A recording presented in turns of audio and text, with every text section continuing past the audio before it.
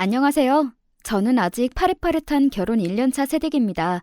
신랑과 오손도손 함께 지내는 재미에 시간 가는 줄도 모르고 재미있게 살고 있어요. 이 채널은 저희 엄마가 좋아하셔서 옆에서 보고 계신 걸 곁눈질 하다 보니 저도 여러분들 사연에 빠져서 그만 애청자가 되고 말았습니다. 먼저 결혼하신 선배님들 인생의 지혜가 녹아든 이야기들 들으면서 저도 배우는 점이 참 많아요. 저는 이제가 서른을 넘긴 직장인이고요. 남편과는 같은 직장 동료로 처음 만나 연애하다 결혼하게 되었습니다. 저는 어릴 적에 부모님 고향인 목포에서 태어나서 중학교까지 다니다가 고등학교 때 아버지 전근 때문에 서울로 전학을 온 이후로는 쭉 서울에서 살아왔습니다. 남편은 서울 강남 8학군 출신이고요. 사실 어렸을 때 제가 지방에서 자랐다는 것 말고는 남편이랑 자라온 배경이나 집안 환경 등 사는 수준에는 별로 차이가 없다고 생각해 왔습니다. 남편도 딱히 그런 부분을 언급한 적이 없었고요. 사실 저희 나이대에는 저희 부모님들과는 달리 지역 갈등을 직접적으로 체감할 일이 잘 없거든요. 그래서 결혼하려고 남편 가족들을 만났다가 살면서 처음으로 촌년이라는 말을 다듣고 진짜 황당했던 기억이 나네요.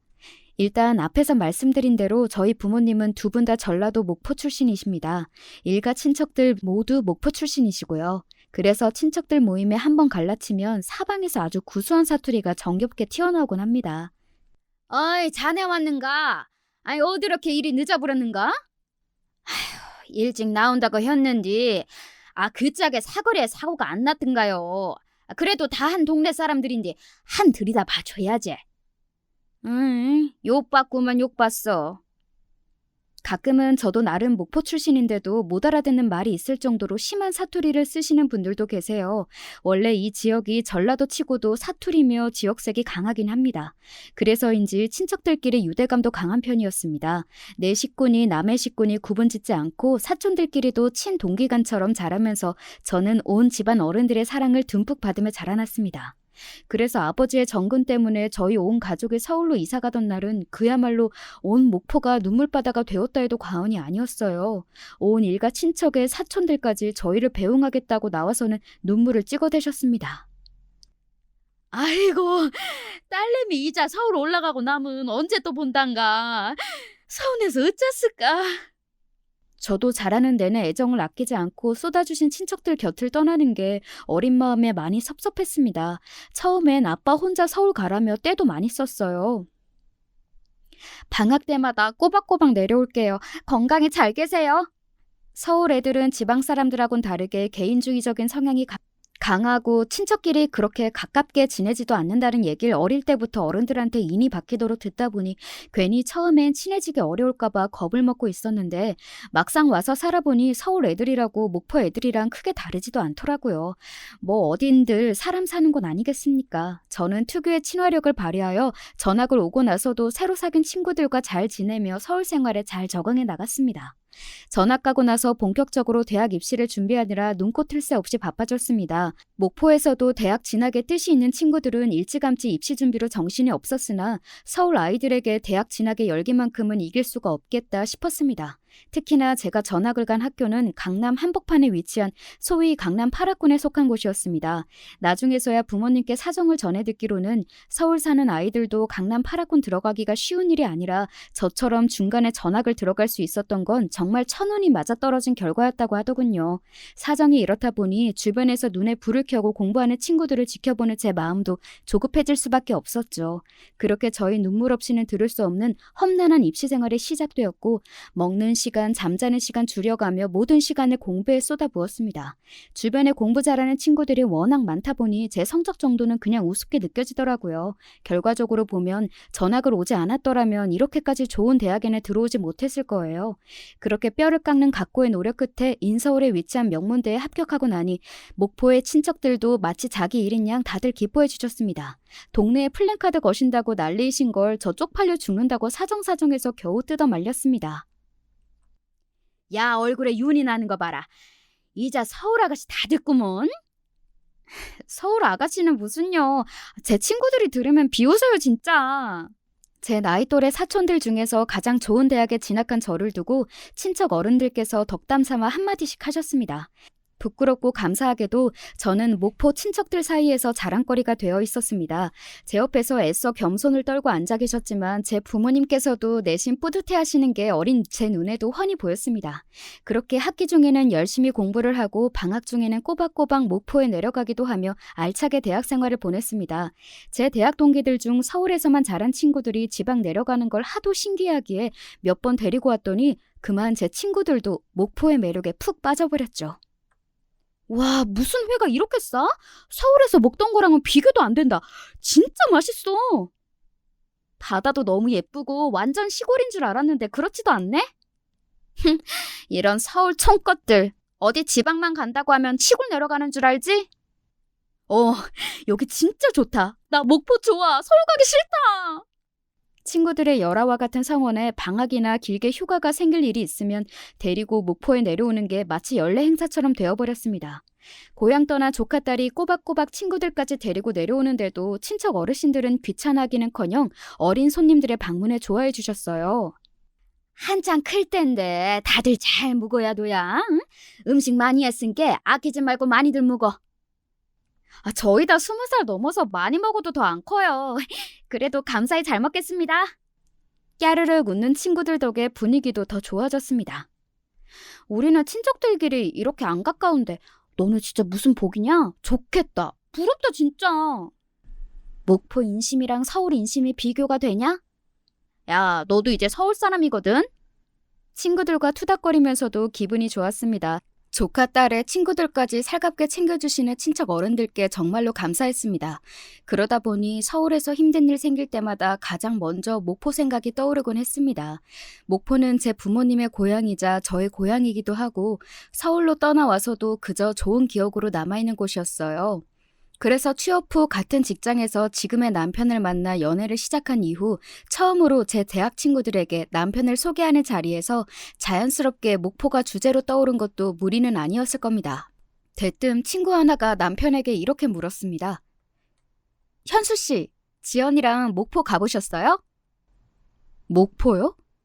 네, 우리는 얘 대학 때 처음 만난 이후로 방학 때마다 거의 내려갔었거든요. 현수 씨는 아직이에요? 친구 말에 제가 눈알을 도로록 굴렸습니다.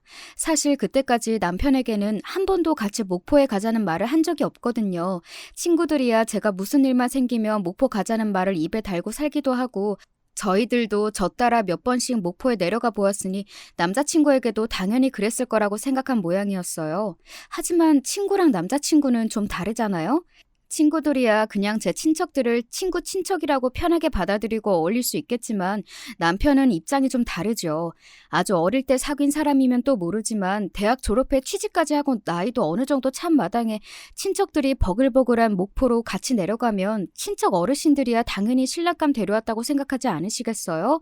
저희 친척들이 어디 한두 사람도 아니고 바글바글하게 모인 제 친척들 사이에 뚝 떨어진 남편 모습을 생각만 해도 아찔했습니다. 이건 뭐 상견례가 따로 없겠죠. 그것도 일대 다수 상견례요. 생각만 해도 뒷목이 쭈뼛했습니다. 한 번 인사시켰다간 그대로 결혼식장으로 끌려 들어갈 판이었어요. 그런 취지로 남편에게 괜히 결혼으로 부담을 줄까봐 그간 목포에 가자는 얘기를 꺼내지 않은 건데 분위기가 요상하게 돌아가고 있었습니다. 제 딴엔 배려해서 그런 거였는데 웬만한 제 지인들은 다들 가본 목포에 저만 가본 적이 없다고 생각하니 그건 또 그것대로 서운한 모양이었습니다. 그날 모임이 끝나고 돌아가는 길에 차 안에서 슬쩍 남편 눈치를 보며 운을 뗐습니다. 자기한테만 딱히 말을 안 하려고 그런 건 아니고 아무래도 지방에 사시는 어른들이시다 보니 까딱 잘못하단 자기 놀러 한번 갔다가 망태기에 확 잡힐지도 몰라. 우리 아직 뭐 따로 계획된 것도 없는데 그런 건 서로 좀 부담스럽잖아. 그치? 제 딴엔 달래보겠다고 장난스럽게 말해본 건데 제 말에 남편의 서운한 기색이 더 커진 것 같았습니다. 자기만 괜찮으면 난 딱히 상관없는데? 딱 잘라 말하는 남편에게 더는 할 말이 없더라고요. 뭐 저가 괜찮다는데 어떻겠나 될 대로 되라는 심정이 되어버린 저는 결국 그 다음 주 주말에 남편과는 처음으로 목포에 내려가게 되었습니다. 아니나 다를까 목포의 친척들에게 제가 남자친구와 함께 내려간다는 소식이 전해지자 정말 난리도 그런 난리가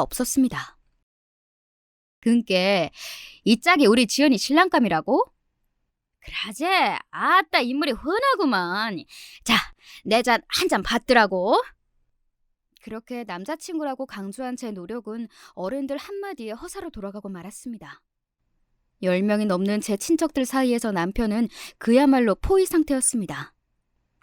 자기 내려가면 진짜 코 꿰인다니까. 자신 없으면 그냥 지금이라도 취소하자, 응? 걱정할 거 없다니까. 내가 어디 가서 부침성으로 빠지는 편도 아니잖아. 이 사태를 사전에 예견한 제가 걱정스러운 마음에 다시금 남편에게 확인했을 때까지만 해도 자신감이 넘치던 남편이었습니다. 목포에 거의 대부분의 친척들이 거주하고 계신다는 말을 이미 했음에도 불구하고 그 많은 어른들이 한꺼번에 우르르 다 몰려오실 거라고는 생각을 못했던 모양입니다. 자칭 친화력 갑인 남편은 맹수 무리 사이에 끼인 사슴마냥 식은땀을 삐질삐질 흘리고 있더군요. 결국 제가 나서 남편을 구출할 수밖에 없었습니다. 아, 삼촌, 이러다 이 사람 도망가겠네. 이 사람한테만 주지 말고 저도 한 잔 주세요. 아따, 그랴. 우리 조카 딸도 한 잔 받아라. 그렇게 마치 동네 잔치라도 열린 양 거나하게 술판이 벌어졌습니다. 처음에는 생판 처음 보는 사람들의 시선이 한몸에 집중되어 당황했던 남편도 다들 술이 좀 들어가고 분위기가 부드럽게 풀어지자 특유의 친화력을 발휘하기 시작했습니다. 백부님, 제 잔도 한 잔 받으시죠. 아, 좋지. 사내답게 시원시원하니 좋구만. 급기야 파장이 이르러서는 서로 어깨동무까지 하고 얼싸한 듯 하고 있는 저와 삼촌 모습에 저 사람들이 제 친척인지 남편 친척인지 의심스러울 지경이 되었죠. 그렇게 왁자지껄 정신없는 첫 대면이 끝나고 이윽고 좀 잠잠해지자 제가 남편에게 물었습니다. 고생했어. 나도 이렇게까지 다들 안 빠지고 다 나오실 줄은 몰랐네. 처음 뵙는 분들이 너무 많아서 정신이 쏙 빠졌지? 처음엔 솔직히 좀 당황스러웠는데 다들 반겨주시고 처음 보는 사람인데도 내 신랑감이라고 가족처럼 챙겨주시고 감사하더라고. 우리 집은 친척이 그렇게 많지도 않고 솔직히 명절이라고 다들 꼬박꼬박 참석하는 것도 아니라 친척들이 이렇게까지 많이 모인 건 처음 봐서 좀 신기하기도 하더라. 근데 이런 것도 나쁘지 않네. 다들 자기 진짜 아껴주시는 게 보이는 것 같아서 좋았어. 다행히 이 정신없는 와중에도 저의 친척들에 대한 남편의 첫인상이 상당히 호의적이더라고요. 그렇게 목포에 며칠 더 머무르는 동안 남편과 저는 온갖 모임과 환영 식사 자리에 초대받는 등 북적북적 시끄럽지만 즐거운 시간을 보내다 서울로 올라왔습니다. 그렇게 의도치 않게 남편과 저희 친척들이 먼저 대면을 하고 나니 상황이 좀 애매해지더라고요. 제 친척까지 만나봤는데 정작 제 가족을 만나 뵙지 않는 건 도리가 아니라는 남편 말을 듣고 보니 틀린 말 같지가 않았습니다. 그런가? 하긴 삼촌들이랑 숙모들이 그 성미에 아직까지 말씀을 안 하셨을 리도 없으니까 부모님 귀에도 벌써 들어갔을 거고? 그렇지. 근데 사위 될 사람이 정작 장인 장모님만 쏙 빼놓고 코빼기도 안 비치면 얼마나 경우 없고 괘씸하시겠어? 벌써 남편은 구렁이 담 넘어가듯 스스로를 자연스럽게 사위라 지칭하고 있었습니다. 정작 그때는 저 나름대로 생각에 잠겨서 그런 줄도 몰랐습니다. 지금에 와서야 돌이켜 생각해보면 애초에 목포행을 고집했던 것부터가 남편의 계략이 아니었을까 싶긴 하네요. 그렇게 남편과 저희 부모님과 함께하는 식사 자리가 잡히게 되었습니다. 그동안 부모님께서 별 말을 안 하셔서 저도 잠자코 있었는데 막상 제가 남편과 식사 자리를 제안했더니 기다렸다는 듯이 불이 나게 승낙하시더라고요. 꼭 제 입에서 그 소리가 나오기만을 기다린 사람처럼 말이죠. 말씀은 안 하셔도 벌써 친척들한테까지 선보인 딸의 남자친구인데 궁금하셔도 보통 궁금하셨던 게 아니셨나 봅니다. 식사하는 내내 분위기는 참 좋았습니다. 저희 엄마, 아빠 모두 남편이 첫인상부터 마음에 드셨던 모양이에요. 집안 환경이나 사람 성품이나 어디 하나 걸리는 부분이 없는 남편은 꽤나 괜찮은 신랑감이었거든요. 거기에 좋은 학교 나와서 저와 같은 회사에서 근무한다는 점도 마음에 드셨던 것 같아요. 왜 어른들이 늘상 하시는 말씀 있잖아요. 사람은 끼리끼리 어울린다고. 아무래도 한쪽이 기우는 혼사는 저희 나이대보다는 어른들께서 더 꺼리시는 경향이 강하니까요. 당신들 딸과 비슷한 교육 수준에 비슷한 생활 환경에 자상한 남편 만나 시집 보내는 게 당신들의 마지막 숙제라고 생각하시는 분들이시니 남편이 부모님 마음에 쏙 든 것도 무리는 아니었습니다. 그렇게 저희 부모님과의 대면이 성황리에 잘 마무리되자 다음 단계는 저희 시부모님과 저와의 대면이 남아 있었습니다. 누가 시킨 것도 아닌데 참 희한하게 마치 처음부터 정해진 수순이었다는 것처럼 일이 착착 진행이 되더라고요. 지금 생각해보면 남편과 가족이 될 운명이어서 그런 건 아니었을까 하는 생각이 듭니다. 시부모님은 두 분 모두 부모님 댁에서부터 서울에서 나고 자라신 그야말로 서울 토박이셨습니다. 삼형제를 모두 강남에서 낳아 기르셨다고 하더군요. 세 형제가 모두 소위 말하는 강남 8학군 출신이다 보니 학벌도 괜찮고 직업도 좋은 편이셨습니다. 제 아들이 세상에서 제일 귀한 줄 아는 아들 부모들은 그다지 내세울 게 없더라도 아들 가진 유세를 그렇게 부리는 사람들도 있다던데 딸 하나 없이 잘 키운 아들만 셋인 시부모님은 그런 기색이라고는 눈을 씻고 찾아봐도 없으셨습니다. 자식이야 우리가 해줘야 할 것들만 해서 다 잘하면 그때부턴 본인들 인생 스스로 헤쳐나가야 하는 거죠. 부모가 다 큰 자식한테 관여하려는 것만큼 자식 망치는 지름길도 없어요. 그저 우리가 그간 가르친 대로 제게 맞는 길 잘 찾아 걸어나가도록 지켜봐 주는 게 부모가 할 도리죠. 유복한 환경에서 인생에 큰 굴곡 없이 일평생을 품위 있게 살아오신 티가 나는 말씨였습니다. 사람 한 번 보고 알 수는 없는 일이라지만 그럼에도 시부모님의 첫인상이 정말 좋게 남아 있습니다. 며느리가 될 사람이라고 이리저리 뜯어보시는 기색도 느껴지지 않았고 말투나 몸가짐 하나하나에서 저를 존중하신다는 걸 느낄 수 있었습니다. 그래도 나름 시부모님이 되실지도 모를 분들을 만나는 자리라 제법 긴장을 했던 저도 이런 분들이라면 평생을 두고 보아도 괜찮을 것 같다는 생각을 했습니다. 양가의 인사를 모두 드리고 나니 결혼에 대한 이야기도 아주 자연스럽게 오가기 시작했습니다. 양가 부모님뿐만 아니라 저와 남편의 형제들끼리도 교류가 시작되었어요. 제 남동생이야 진작 저희 남편과 안면을 튼 바가 있었고 저도 남편의 형님들을 소개받게 되었습니다. 남편이 막둥이 남동생이어서 형님들과는 약간 나이 차이가 있었습니다. 지금은 큰 아주버님이 되신 큰형님이 10살, 작은 아주버님이 되신 작은 형님이 남편과 8살 차이 나니까 제법 터울이 지는 편이죠. 두 분 다 장차 제주씨가 될 한참 어린 저를 그저 흐뭇한 얼굴로 대해주셨습니다. 처음 보는 제가 신기한 것도 신기한 건데 그것보다 당신들의 어린 남동생이 장가들겠다며 신부를 데려온 상황 자체가 신기하셨던 것 같습니다. 내가 현수 결혼하는 걸 다 보게 되고 나이를 먹긴 먹었나 봅니다. 결혼에는 그동안 별 관심이 없어 보여서 솔직히 조금 걱정도 했었는데 이렇게 아름다우신 재수씨 모셔오려고 이 녀석이 그동안 그렇게 까탈을 부린 모양이네요. 그저 입이 귀에 걸린 아주버님들을 보고 남편이 제 앞에서 조금 창피해하는 것 같았습니다. 그도 그럴 것이 아주버님들께서 제가 앞에서 보고 있는데도 불구하고 남편을 마치 아기 다루듯 말씀하셨거든요. 덕분에 시부모님 대면에서도 듣지 못했던 남편의 탄생부터 시작한 일대기를 자세하게 들을 수 있었습니다. 우리 형들 진짜 유난이지. 시커멓게 다 큰 남자 앞에 앉혀두고 아주 내가 민망하게 짝이 없다. 왜? 난 정겹고 좋던데.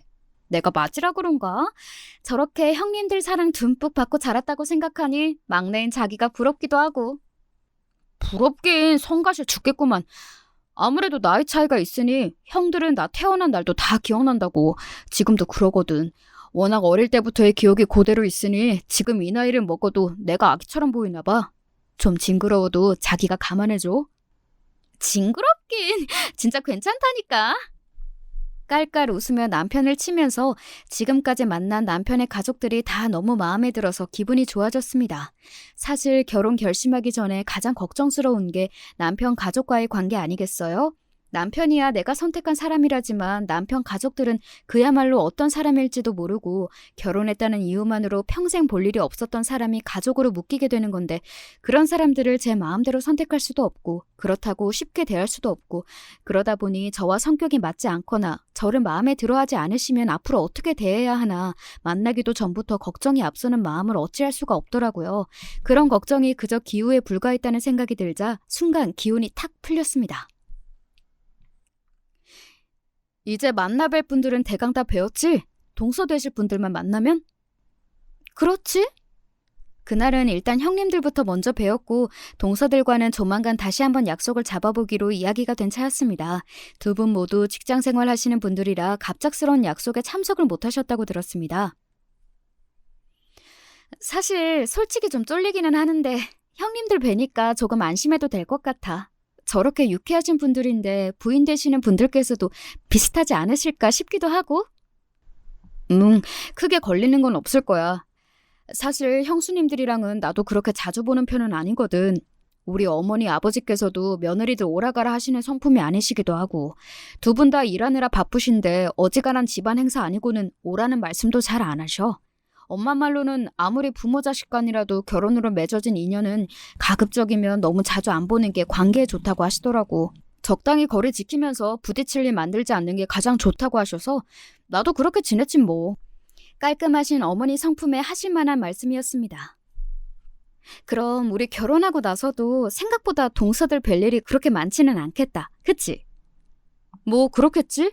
앞에 두 형님들 결혼하실 때도 그랬는데 나 결혼하고 갑자기 바뀔 것도 아니고 다들 자기 직장 생활하느라 바쁜 마당에 친목을 하려고 해도 할 시간이 안 날걸? 그러니까 미리부터 너무 걱정할 필요 없어. 말은 안 했지만 제가 속으로 무슨 고민을 했을지 사려 깊게 헤아린 남편이 저를 미리 안심시키더군요. 남편의 든든한 말에 저도 그간의 우려를 이만 접기로 마음먹었습니다.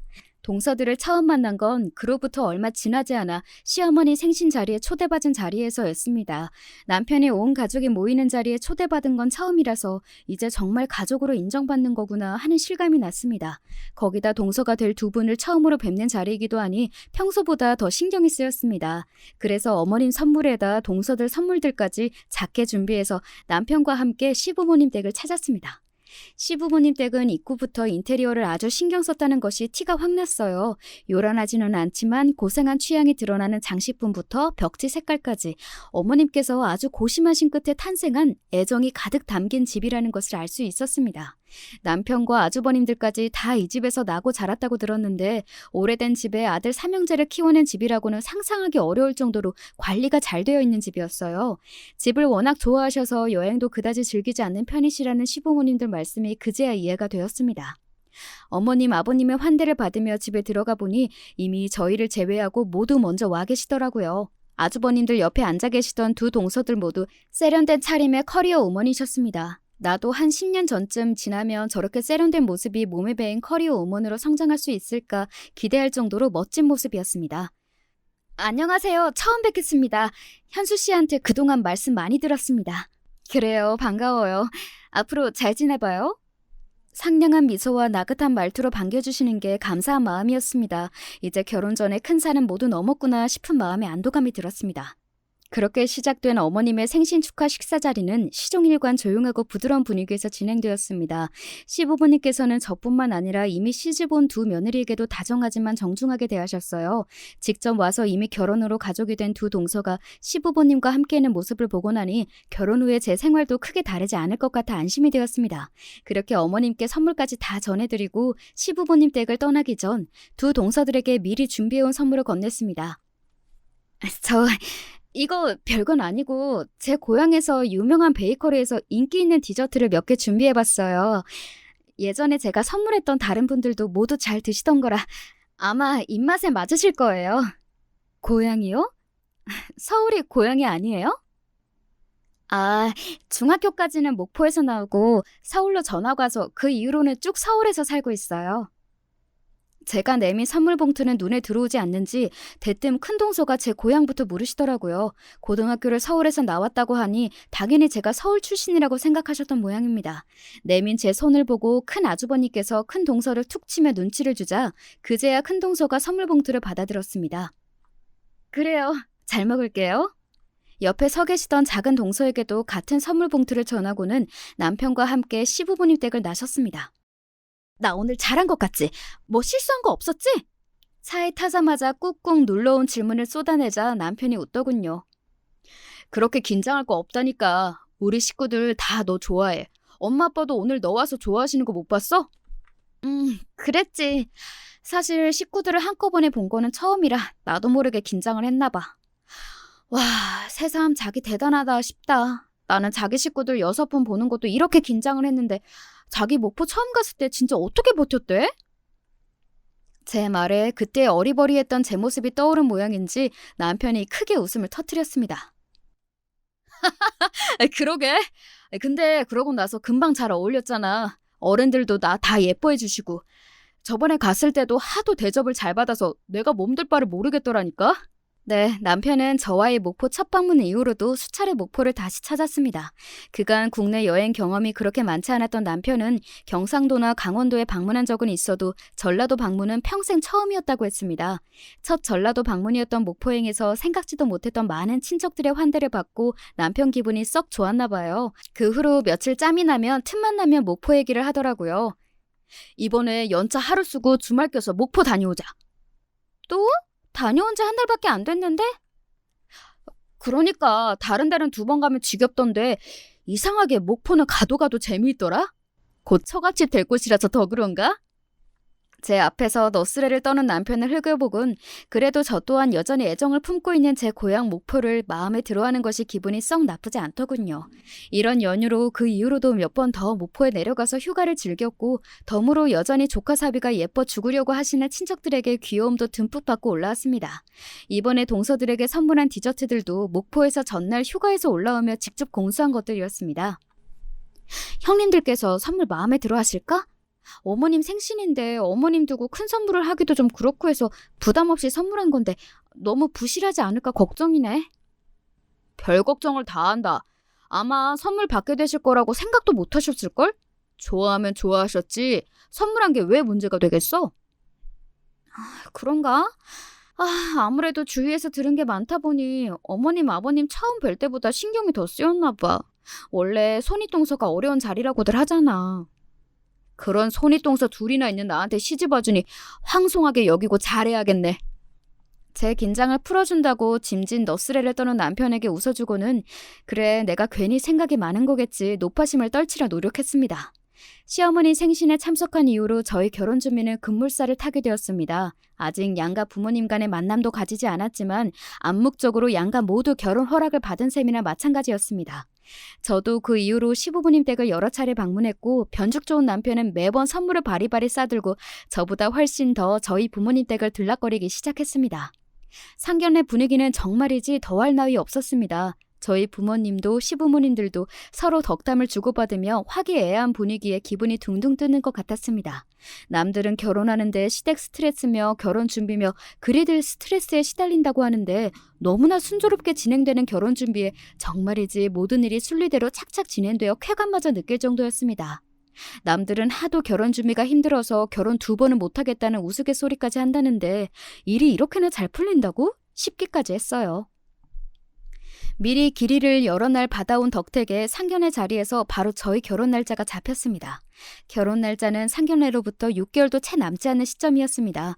이미 남편 앞으로 마련된 신혼집이 있었고 대략적인 식장 예약 현황까지 미리 알아둔 덕에 진행 가능한 일정이었습니다. 이야기가 잘 끝난 것에 양가 부모님 모두 기분이 무척 좋아지셨는지 당초 예상보다 길어진 상견례는 가벼운 반주로까지 이어졌습니다. 이제 이야기는 저희 결혼 이야기를 넘어서 네 분의 살아오신 이야기로까지 넘어간 참이었습니다. 처음 보신 분들께서 뭐 그리 나누실 말씀이 많은 모양인지 웃으며 남편과 눈빛을 주고받았습니다. 제가 서울에서 나고 자라서 내내 집순이로만 살아서 부끄럽지만 이 나이 먹도록 별로 가본 곳이 많지 않아요. 저희 아버지의 팔도 유람기를 눈을 반짝이며 듣던 시어머니 말씀에 저희 부모님께서 깜짝 놀라셨습니다. 무척 활동적이신 저희 부모님은 틈이 날 때마다 저희 남매를 데리고 전국 방방곡곡 다녀보지 않은 곳이 없으셨거든요.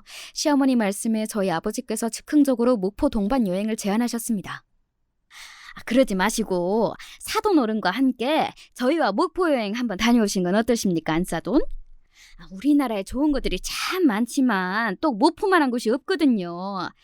저희 고향이라서가 아니라 교통도 불편하지 않은데 바다도 볼 수 있고 해산물도 맛있고 한번 오시면 정말 마음에 드실 겁니다. 아유, 그래도 저희가 폐가 되지는 않을지.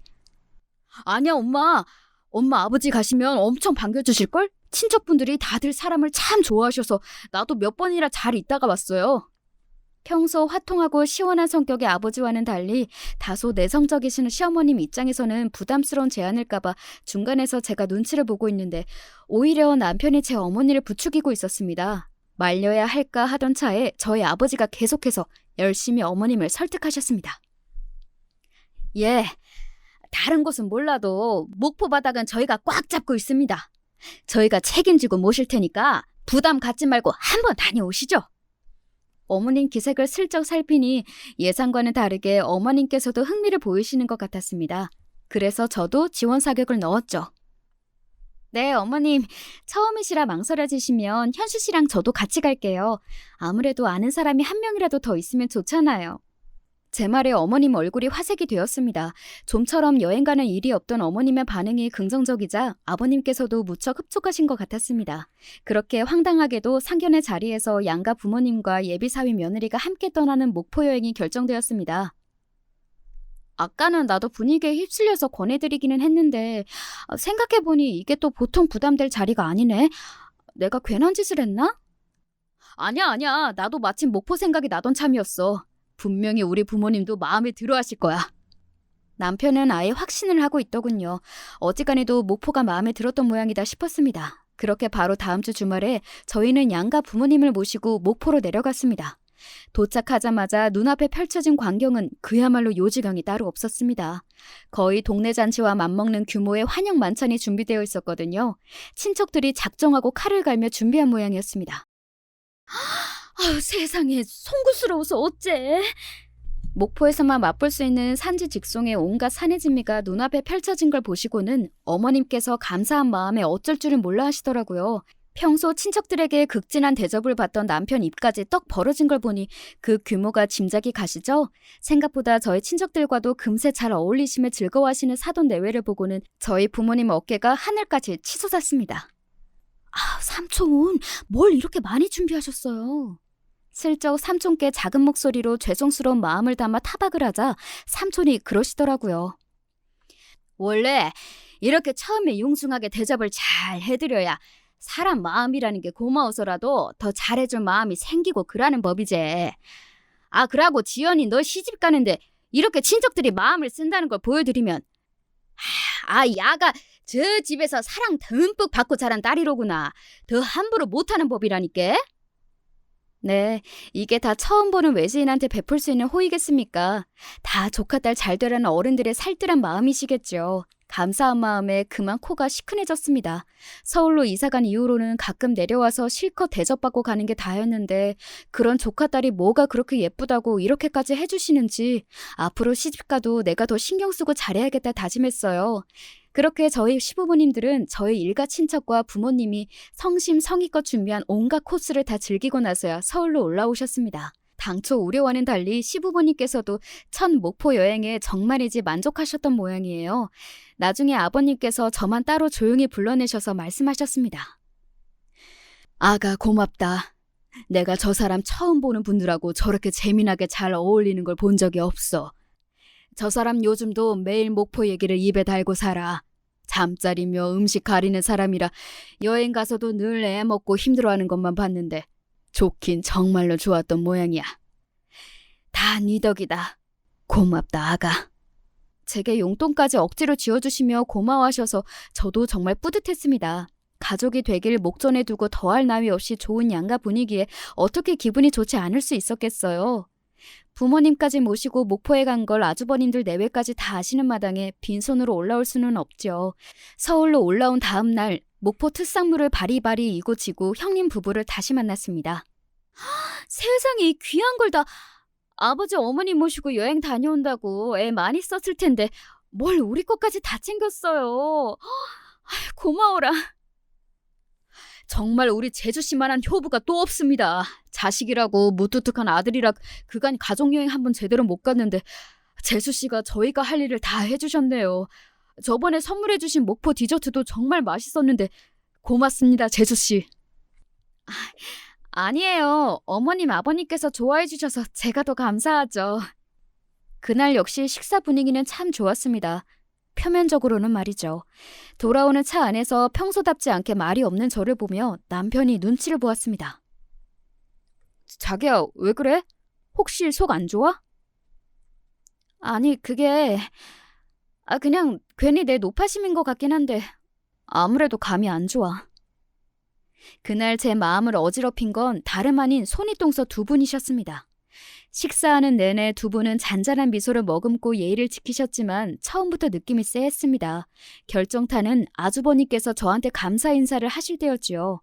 정확히 저번에 목포 디저트에 대한 감사 인사를 하실 때 피식 저를 비웃는 큰 동서의 표정을 찰나이지만 분명히 목격했거든요. 그 이후로도 목포에 대한 화제가 떠오를 때마다 큰 동서와 작은 동서가 미묘하게 눈빛을 주고받는 것이 눈에 띄었습니다. 다른 사람들 분위기가 워낙 좋았고 그 두 사람이 티나게 불쾌한 행동을 하지 않아 얼핏 보면 모를 수도 있었겠으나 한 번 그런 장면이 목격되고 나니 자꾸만 제 심기를 거스르는 행동이 눈에 걸리더라고요. 제 말이 이어지면 이어질수록 남편 표정도 점차 굳어졌습니다. 남편은 잠시 생각에 잠긴 것 같더니 결론을 내렸죠. 네가 그렇게까지 느꼈더라면 아무 일도 없는 건 분명 아니었을 거야. 하지만 당장 무슨 행동을 취한 게 아니니 뭐라고 하기도 그렇고. 일단 이번은 넘어가고 한 번 더 이렇게 마음에 걸리는 일이 있으면 그땐 넘어가지 말고 꼭 나한테 얘기를 해줘. 해결을 하더라도 꼭 내 선에서 해결을 할 테니까. 알았지? 연신 당부하는 말에 그러마 대답하고는 복잡해진 마음에 그만 심란해지고 말았습니다. 제발 이 기분이 기우에 불과하기를 바라고 또 바랐죠. 하지만 슬픈 예감은 왜 틀리는 법이 없는 것인지요. 그로부터 며칠 지나지 않아 저에게만 따로 동서들이 연락을 해왔습니다. 왔으면 얼른 앉아요. 아주버님들과 남편 없이 만난 동서들은 말투부터 싸늘한 것이 영 딴판이었습니다. 슬프게도 제 예감이 들어맞은 모양이었습니다. 혹시 제가 무슨 실수를 한 게 있을까요? 조심스레 묻는 제 말에도 두 분은 그저 콧방귀만 뀌시더라고요. 그러더니 작은 동서가 먼저 쏘아붙였습니다. 그걸 꼭 우리 입으로 말해야 알겠어요? 나 원참 기가 막혀서.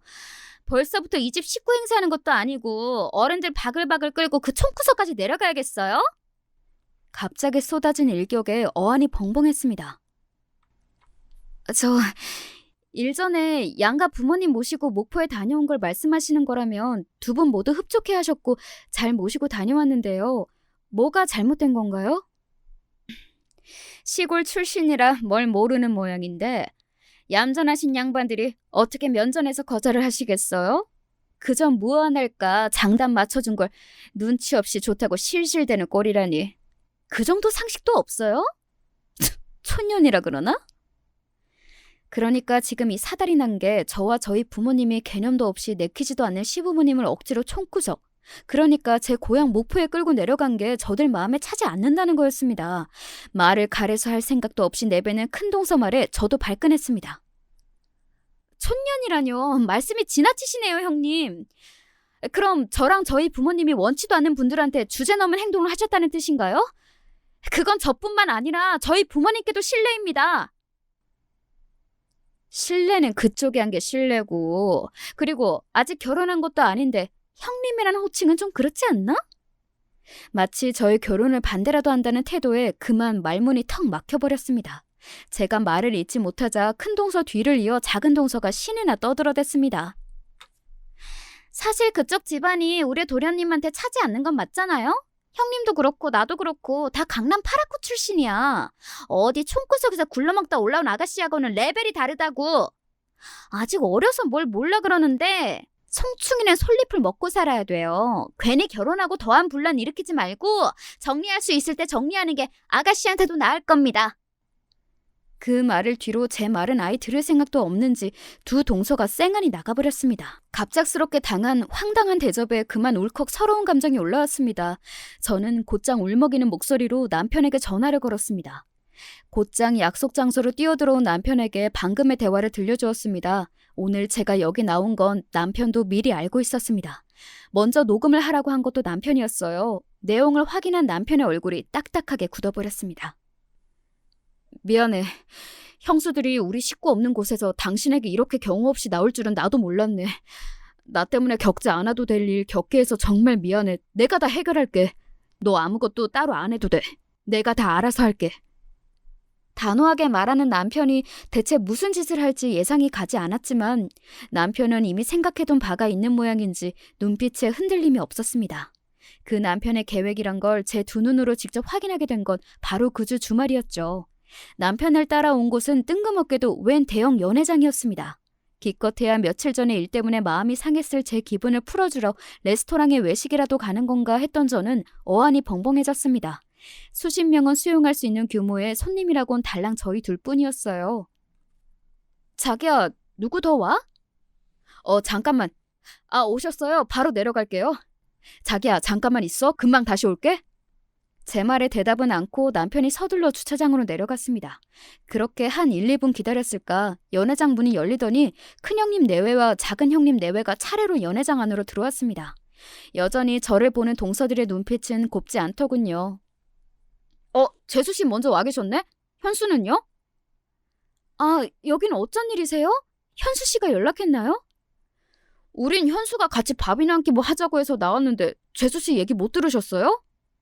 그때 갑자기 밖이 웅성웅성 요란스러워지기 시작했습니다. 이윽고 문이 열리더니 남편이 다시 등장했습니다. 무려 10명이 넘는 저희 목포 친척들을 대동하고 말입니다. 아니, 삼촌, 숙모, 이게 다 무슨 일이야? 여긴 웬일이세요? 아따, 우리 조카 사위 연락받고 올라왔지. 나가 우리 조카 딸이랑 조카 사위 덕에 서울 관광도 하고 좋은 구경도 하고 별일을 다 본다야. 뜻밖의 상황에 당황한 저를 둘러싸고 친척들이 반갑다고 난리도 아니셨습니다. 아주버님들과 동서들도 예상치 못한 상황에 당황한 기색이셨습니다. 어머 세상에 반가워라. 오시는데 불편하시지는 않으셨어요? 때마침 등장한 시부모님 때문에 놀라움이 정점에 다다랐습니다. 말씀하시는 걸 보니 시부모님께서는 저희 친척들이 올라오신 걸 미리 알고 계신 모양이었습니다. 황당하게 저를 쳐다보는 제 눈빛을 슬그머니 피하고는 남편이 말했습니다. 우선 시장하실 텐데 식사부터 하시죠. 그 말을 신호로 연회장에 뷔페 음식이 깔리기 시작했습니다. 이게 무슨 상황인지 채 파악할 틈도 없이 친척들이 시끌벅적하게 이야기를 나누며 식사를 시작하고 시부모님께서도 연신 화난 표정으로 저희 친척들과 담소를 나누셨습니다. 동서들에게는 이 자리가 가시방석임이 틀림없어 보이더군요. 밥을 먹는 둥 마는 둥 눈알만 이리저리 굴리는 동서들에게 저희 삼촌께서 말을 붙이셨습니다. 그러니까 이 두 분들이 우리 지연이 손윗동서 되실 분들이시죠? 처음 인사드립니다. 지연이 큰아비 되는 사람입니다. 아, 네, 안녕하세요. 떨떠름하게 인사를 받는 동서들을 번갈아 쳐다보더니 이내 삼촌께서 말씀을 이으셨습니다. 역시 서울 분들이라서 교양 있으시고 많이 배우신 분 같으시네요. 아따, 저희가 촌사람이긴 하지만 우리 지연이는 일찍이 서울 올라와서 제 할 일 열심히 하며 잘 배운 자랑스런 조카 딸입니다. 저희 같은 촌사람하고는 달라요. 저희한테는 참말이지 귀한 조카 딸입니다. 지방 사람들이라도 사는 거 그리 다르지 않아요. 지방에서 올라왔다고 너무 미워하지 마시고 우리 지연이 좀 예쁘게 봐주십사 부탁을 드립니다. 뜬금없이 이게 무슨 소리인가 싶어 시부모님은 물론이거니와 아주버님들까지 두 눈이 동그래져서 저희 삼촌과 동서들을 번갈아 쳐다보았습니다. 네, 남편의 계획은 동서들이 그렇게나 무시하던 저희 목포 친척들의 지원 사격을 받는 것이었어요. 그 뒤로 별다른 말씀은 덧붙이지 않으시고 다시 화기애애한 시간이 이어졌지만 시댁 식구들 모두 이상한 기류를 기민하게 감지한 이후였습니다. 이윽고 식사가 모두 끝나고 종일 구경을 다니신 탓에 피로하실 친척 어르신들을 먼저 숙소로 보내드리기로 했습니다. 남편이 미리 인근 호텔을 예약해 두었더라고요. 헤어지기 직전 삼촌께서 저를 살짝 불러내어 말씀하셨습니다. 예, 아가 지연아, 너희 신랑한테 대강 설명은 들었다. 네가 속이 많이 상하겠소. 삼촌이 이날 이때껏 살아오다 보니 참 별의별 사람들을 다 겪게 되더라. 저 사람들이 뭘 몰라 그랬겠거니 하고 너도 너무 마음 쓰지 말거라. 알았자? 삼촌도 속상하셨을 텐데 도리어 조카딸 마음을 도닥여주시는 손길에 눈물이 핑 돌았습니다. 네, 알아요. 여기까지 올라오시느라 힘드셨을 텐데 정말 감사해요. 감사해요, 삼촌. 고생은 무슨. 덕분에 우리 다 잘 놀았다. 안 그러냐? 그럼은 맞장구를 치시는 친척 어르신들과 함께 모두들 호텔로 돌아가시자 아버님께서 굳은 목소리로 저에게 말씀하셨습니다. 다들 시간 좀 내야겠다. 그렇게 삼형제 내외가 모두 시댁으로 향했습니다. 동서들 꼴은 숫째 죄인이 따로 없었죠. 제 남편에게서 자초지종을 전해들은 시부모님의 얼굴이 무섭게 굳어버렸습니다. 세상에 이게 무슨 망신이야. 그 어르신들한테 그간 우리가 신세만 져왔는데 은혜를 원수로 갚은 격이 아니냐? 아버님은 그야말로 대노하셨습니다. 시집 온 이래 단 한 번도 시아버지 목소리가 높아진 걸 본 적이 없었던 동서들은 고개도 들지 못하고 무릎을 꿇고 벌벌 떨었습니다. 제 부인들의 기막힌 행실에 아주버님들께서도 제게 고개를 들지 못하셨어요. 아니, 어떻게 우리 몰래 뒤에서 재수 씨한테 그따위 짓을. 당신 정말 부끄럽지도 않아? 재수 씨, 우리가 대신 사과할게요. 정말 미안합니다. 저 사람이 정말 재수 씨께 저질러서는 안 될 짓을 저질렀어요. 저희가 정말 면목이 없습니다. 그 가시방석에서 동서들은 그야말로 대역죄인이었습니다. 모두의 저기를 한 몸에 받아내며 두 사람은 금방이라도 쪼그라들어 사라질 것만 같았습니다. 그 꼴을 입을 꾹 다물고 참담한 표정으로 지켜보시던 어머님께서 드디어 입을 여셨습니다. 너희들에게 정말 실망이구나. 그 말에 두 동서가 흠칫했습니다. 평소 순한 사람들이 화를 내면 그리 무섭다지요. 소리 한번 지르지 않으시고도 무겁게 떨어지는 시어머니 말씀에 저까지 심장이 얼어붙는 것 같았어요.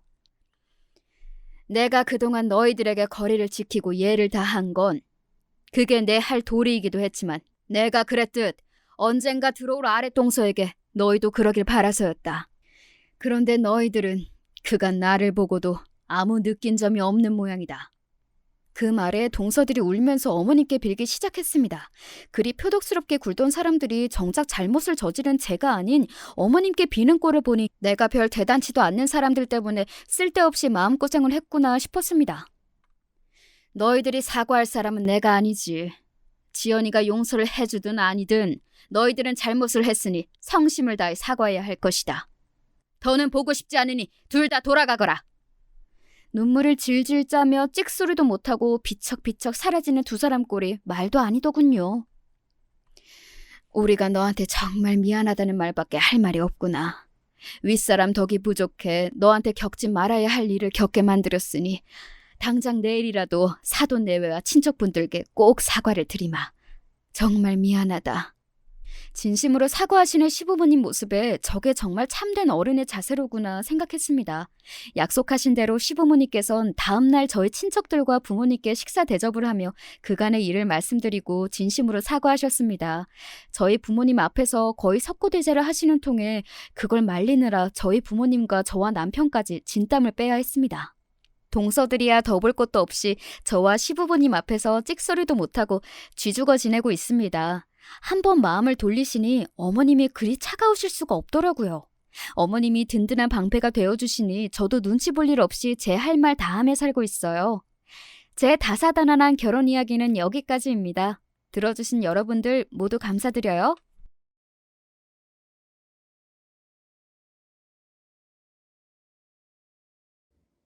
안녕하세요. 전 중랑구에 살고 있는 40대 여자입니다.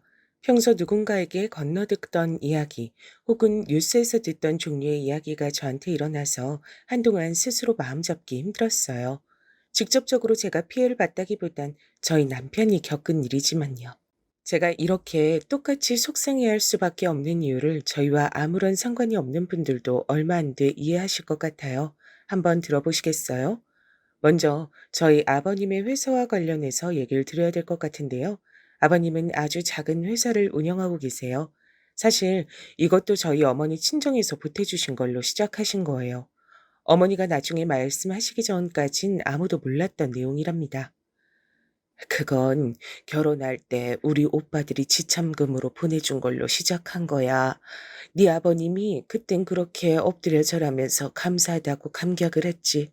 오빠들 돌아가시고 나선지 아님 원래 그렇게 철면핀지 몰라도 전혀 지금은 고마운 기색이 없지. 다 자기가 한 일처럼 여기잖아. 어머, 그럼 어머니 친정으로부터 나왔던 돈인 거예요? 저도 뭐 아버님이 저희 결혼할 때 하도 자부심을 갖고 말씀하시니까 몰랐죠. 사실 진짜 말 맞다나 저희 상견례 때 아버님이 엄청 자랑하셨거든요. 한 사업체 운영한다는 게 보통 일이 아니죠. 저도 우리 아들, 딸들한테 누누이 얘기해요. 이 애비 입으로 말하는 건 좀 머쓱하지만 진짜 네 애비가 대단한 일을 하긴 했다고 말이에요. 제일 먼저 그 물건 여기 들여와서 거래 성사했던 게 저란 말입니다. 그 당시에 어디 직접 발로 뛰며 해외 가서 거래하기 쉬웠겠습니까? 아니죠. 저니까 가능했던 겁니다. 너무 대놓고 자랑을 하시니 들으면서 저는 썩 마음이 편치 않았어요. 뭐 이때 저희 엄마 아빠 표정도 똑같으셨고 반면에 남편은 그런 분위기를 좀 싫어하더라고요. 나는 아버지랑 성향이 좀 안 맞아서 말이야. 옛날부터 난 엄마 쪽 성격을 많이 닮아서 밖에 나서서 말하고 그런 것도 안 좋아해. 근데 전부터 아버진 계속 저 조그만 회사 물려받으라는 둥 어쩌고 말씀하시는데 나는 못 해먹겠더라고. 아버지 성향이 맞춰진 회사는 나한테 안 맞아. 확실히 우리 남편은 이런 것 말고도 본인 아버지랑 좀 잘 안 맞긴 했어요. 곧잘 다투기도 했었는데 이유를 들어보니까 납득이 좀 되더라고요.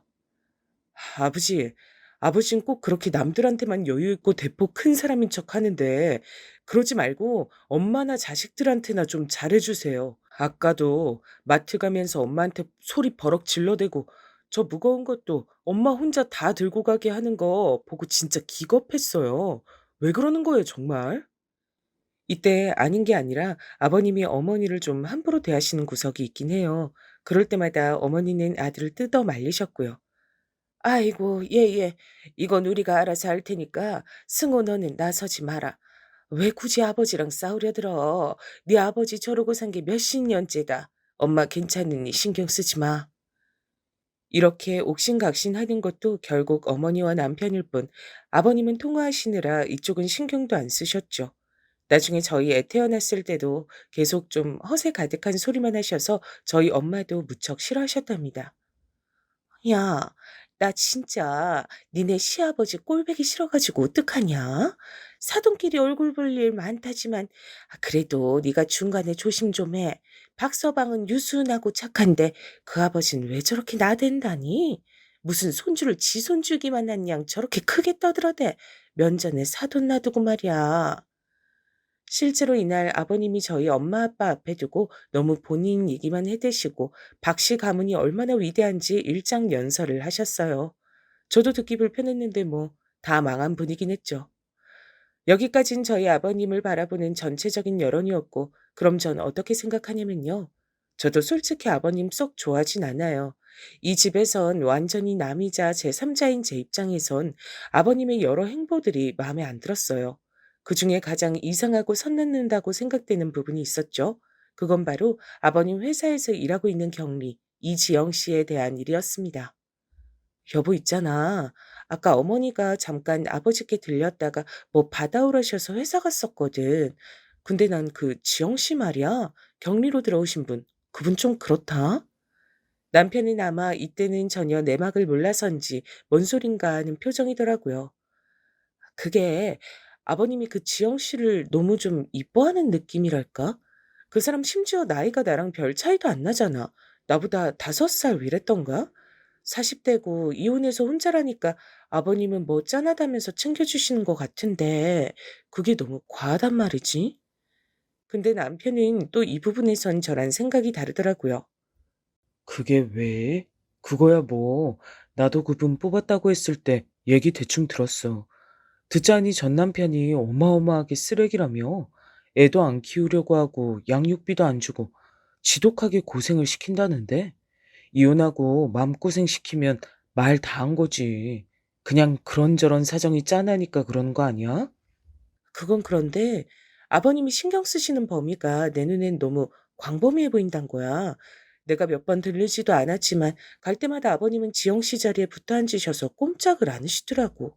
그전에 김철민 씨 있을 땐 아버님이 전화로만 용건하고 잘 붙어 있지도 않았잖아. 근데 남편은 본인이 워낙에 아버지랑 사이가 안 좋기도 하고 가뜩이나 잘 부딪히는데 더 부딪힐 일이 생기는 게 싫었나 봐요. 에이, 모르겠다. 난 이제 두드러지게 보이는 일 아니면 굳이 신경 안 쓰고 싶어. 아버지 말고 나만 해도 처자식 먹여 살리는 거 힘들어. 엄마가 주신 김치나 먹자. 그냥 이렇게 얘긴 마무리 지어졌는데요. 나중에 어머니 얘기를 들어보니 어머니도 마음 쓰시는 것이 제가 괜히 예민했나 싶은 거예요. 그래, 주영 씨 말이지? 너도 몇 번 안면이 있나 보다. 거기가 참 안 됐어. 엄마랑도 일찍 헤어졌고 아버지도 일찍 돌아가시고 삼촌 손에 자랐대더라. 그래서 괜찮은 남자 좀 만나서 결혼해서 가정도 꾸리려 했는데 이상한 놈을 만난 거야. 너무 짠하잖아. 내가 네 남편 저만할 때 키우던 게 생각나. 저희 남편이 지영 씨 아들만 할 때요?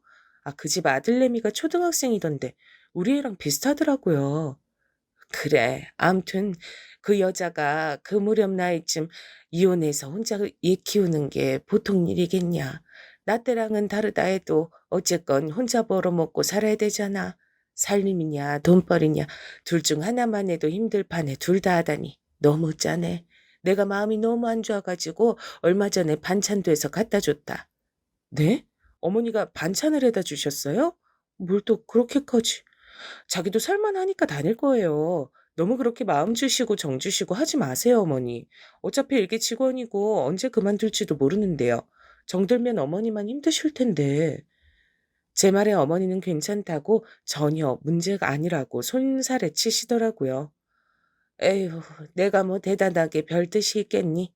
솜씨도 없지만 그냥 좀 잘해주고 싶어 그러는 거지. 전혀 문제 없어. 또 일하다 관두면 어떠니? 나랑 만나서 연이 닿았을 때 잘해주면 되는 거지. 그걸 다시 되돌려 받으려고 해주는 것도 아니고 뭐. 이렇듯 저희 어머니 참 소탈하고 수더분하신 성격이에요. 힘든 사람, 아픈 사람 지나치지 않고 잘 도와주시고 아버님이 사고 치신 거 맨날 쫓아다니면서 수습을 해주셨죠. 전 이런 어머니가 이해가 잘 안 되는데 여러분들은 어떠신가요? 난 진짜 어머니처럼은 못 살 것 같아. 남편은 남편이고 아들은 아들이지. 아버님 저번에도 술 드시고 실수하시고 어머니가 그거 메꾸려고 쫓아다니시는 거 보면 너무 안쓰럽다니까. 왜 그렇게 사셔야 하는 거야? 좌우지간 난 아버지처럼 안 살 거니까 그런 걱정 부끄럼해도 돼. 자식이 꼭 부모 길 따라간다는 법 있나? 난 술도 안 마시고 아버지 같은 성격도 아니니까 그런 걱정 사서 하지 마. 실제로도 우리 남편은 그런 타입이기에 별 걱정은 없었는데요. 아무튼 전 그렇게 제가 괜한 참견을 한 느낌이 들어서 그냥 쓱 넘기고 잊었어요. 그리고 그 지영 씨 역시 꽤 오랜 기간 회사를 다니더라고요. 근데 한 2년 정도 됐을까요? 우리 애랑 바로 길 건너 맞물려 있는 초등학교에 다니고 있어 저도 안면이 있었는데 중간에 좀 이상한 소문을 듣게 됐어요. 지영 씨 애랑 저희 애랑 학원이 겹치고 중간에 아는 엄마가 한 명 있었거든요. 저기 민우네 엄마 이번에 태권도 같이 다니면서 알게 된 엄마인데 좀 그래. 난 저 집이랑 우리 애 같이 어울리게 하고 싶지가 않아. 응? 이유가 뭔데? 나도 저 엄마 알긴 알아. 그랬는데 이때 제 귀로 흘러들어온 얘기란 도저히 저 혼자만 알고 감당하긴 힘든 얘기였죠. 저 집이랑 같이 어린이집 나온 애 엄마한테 들었거든. 남편이 장난 아니기도 했고 이혼했다나? 근데 그 뒤로 두어 번 애 데리러 오는 남자들이 달랐다나 뭐라나 말들이 많더라고. 응? 아니 뭐 남동생이나 애 삼촌일 수도 있잖아. 아니야. 애가 그때마다 아저씨, 아저씨 했대잖아. 민우 엄마 얼굴도 이쁘장하고 옷도 되게 야시시하게 입잖아. 솔직히 그냥 애 엄마라도 보기 좋은 차림은 아닌데 이혼하고 너무 자유롭게 이성교제하고 애한테 혼란 주는 느낌이라 보기 좀 그래. 그러니 우리 애랑도 너무 교류 안 했으면 좋겠더라고. 전 이런 얘기는 너무 의외였죠. 일할 때 지영 씨의 모습이란 그냥 평범한 차림새였거든요. 그나저나 이혼 후에 만나는 남자들이 있었구나 싶었고 듣고 꽤 놀라웠어요. 이런 다소 찝찝한 소식을 들었지만 뭐 저랑 큰 상관없는 얘기라고 생각했고요. 저랑 엮일 일이야 아버님 회사 문제 아니곤 없으니 적당히 거리를 두면 된다고 생각했는데요. 하지만 제가 그렇게 마음은 먹은 대로 흘러가지 않고 아주 지저분하게 엮이게 돼버린 거예요. 그 계기는 마치 계기란 단어를 쓰기도 참 참혹하고 슬픈 일로 인해 만들어지게 됐습니다. 당시 우리 남편이며 아가씨며 다들 세상이 무너진 얼굴로 우왕좌왕하던 모습 생각하면 제 가슴 한쪽 언저리가 다 쓰러올 정도예요. 그건 다름 아닌 저희 어머니와 관련된 일 때문이죠. 어머니는 정말 돌연 아주 바람처럼 저희 곁을 거짓말처럼 떠나셨어요. 평범하게 우리가 일어나서 밥을 짓고 먹고 바쁘게 출근 준비를 하는 그 시간대에 정말 너무 아무렇지 않게 비보를 전해오셨죠. 그것도 아버님을 통해서 말이에요. 니들 얼른 이리로 건너와라. 큰일이다. 큰일 났어. 이 전화를 제가 받게 됐고 제대로 되묻기도 전에 뭔가 예감이 이상하다 싶었어요. 밥 먹고 있는 남편에게 이 말을 전하니 저와 비슷한 감정이 들었나 봐요. 저흰 재빨리 아이를 친정에 맡기고 얼른 시댁으로 갔는데 거기서 다시 봐도 믿기 어려운 광경을 눈으로 보게 됐죠. 아, 아버님, 이게 저기 어머니 어떻게 되신 거예요?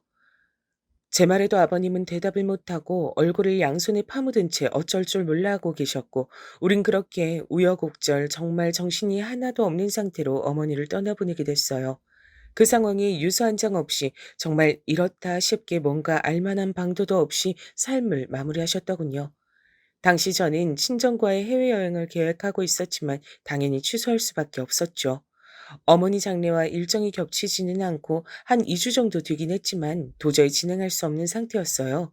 갑작스레 장례가 치러진 뒤 남편과 아가씨는 정말 아무런 정리도 하지 못했죠. 너무 당연한 사실이지만 남편은 이 사실을 받아들이지 못했죠. 얼마나 힘겨웠음 저에게 이렇게 말하더라고요. 너무너무 이해가 되면서도 저 역시 겁이 났어요. 여보, 나 회사에 휴가를 좀 더 내야 될 것 같아. 숨이 너무 가빠오고 일에 집중도 안 되고 심장이 막 쿵쾅쿵쾅 뛰어. 나, 나 좀 쉬어도 될까? 집에서 그냥 아무것도 안 하고 누워있고 싶어. 그래, 여보. 당연히 쉴 수 있을 만큼 끌어다 쉬어. 쉴 때 쉬어야 되고 울 때 실컷 놀아야 된대. 안 나올 때까지.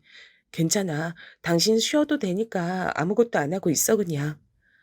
이때 우리 남편은 이미 결혼을 한 상태에서 배우자인 저라도 있었지만 결혼하지 않은 아가씨는 정말 어떻게 추스를 줄 몰라 했어요. 오죽하면 평소 별로 왕래도 없던 저에게 전화를 다 했더라고요. 언니, 나 진짜 너무 힘들어요. 우리 엄마가 그렇게 가다니. 언니는 믿어져요? 장례 치르고 할 거 다 했는데도 실감이 안 나서 실감이 나는 부분과 안 나는 게 너무 세게 대조가 돼서 진짜 못 견디겠어요. 나 어떡하죠? 평소 마음 약하고 순한 아가씨였기에 진짜 이 남매를 어쩌면 좋나 싶어 저도 감정이 벅차오르더라고요. 저 아가씨, 괜찮음 우리 집 와 있어요. 혼자 있지 말고 오빠도 당분간 얼마 휴가 낸다니까 아가씨도 우리 집 와서 같이 TV도 보고 그래요. 이런 식으로 남매를 달래가며 전 저대로 나름의 충격과 피로감에서 벗어나기 위해 무던히 노력을 했어요. 근데 얼마쯤 지나 남편이 갑자기 누굴 같이 만나자는 거예요. 김 팀장님, 아버님 회사 꽤 오래 다니시다가 얼마 전에 그만두신 분 맞지? 장례 때도 오시지 않았나? 근데 왜 당신한테 만나재? 나도 모르겠어. 암튼 급한 일이라고 좀 만나달라시는데 당신도 좀 같이 가주면 안 돼? 저도 뭔가 싶어서 일단 같이 나갔는데 그때 들었던 얘긴 일전에 들었던 그 어떤 소문이나 농담거리보다 큰 충격으로 다가왔어요. 아, 안녕하세요. 사모님도 같이 오셨구나. 그죠? 저희 사장님 며느님이시잖아요. 오늘 제가 뵙자고 한 게 사실 외람되지만 좀 드릴 말씀이 있어서요. 솔직히 좀 그냥 덮고 넘어가려 했는데 상황이 이렇게 되니 제 마음이 너무 안 좋아서요. 뭔 얘기를 하려고 이렇게 뜸들이나 싶어 물만 벌컥이며 기다리던 우린 엄청난 얘기를 듣게 됐죠. 새삼 내가 생각한 것이 내 촉이 틀리지 않았단 게 이렇게 슬픈 일일지 처음 알았어요. 아니, 그럼 김 팀장님이 같이 근무하실 때 그렇게 느끼셨단 거예요? 그 격리, 지영 씨랑 저희 아버님이 좀 그래 보이셨단 말인 거죠? 전 이 말을 하면서도 너무 놀라서 차마 옆에서 같이 듣고 있는 남편의 표정을 보지도 못하고 물었어요. 네. 그게 사실 지영 씨 일처리가 그닥 능숙한 것도 아니고 매번 회계 내역도 틀리고 결국 제가 다 손보기도 하고 저도 꽤 오래 다녔지만 뭐 그만두게 된 여러 가지 이유 중 지영 씨 뒤치다꺼리를 제가 하는 스트레스도 있었죠. 그게 사장님이 참 이뻐하시더라고요. 나중엔 도가 지나치기도 하고. 도가 지나치다니 어떤 말씀이신지.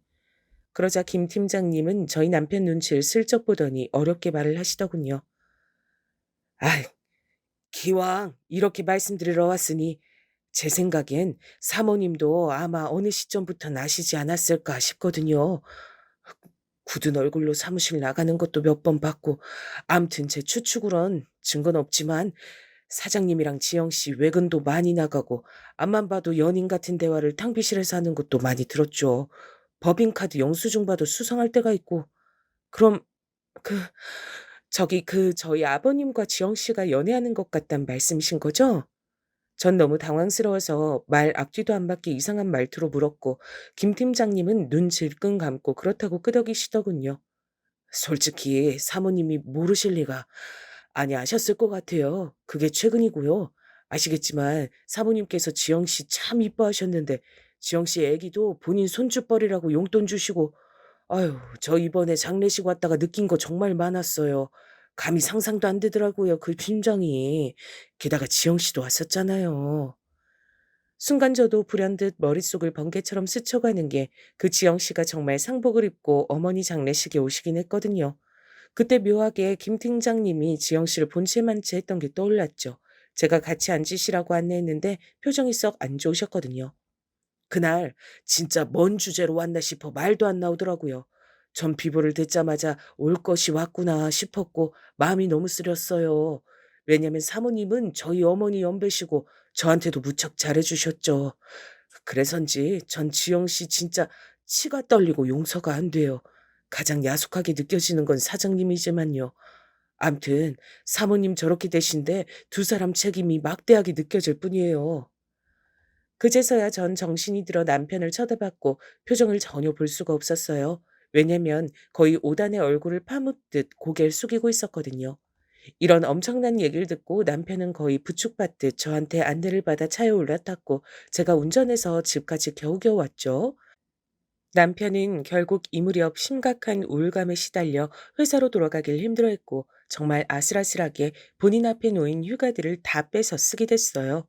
이렇게 유약한 사람이 얼마나 상처가 클까 싶었고 전 이런 얘기를 감히 저희 친정엄마에게조차 못하고 있었죠. 이때 남편이 저한테 나지막한 목소리로 부탁하더라고요.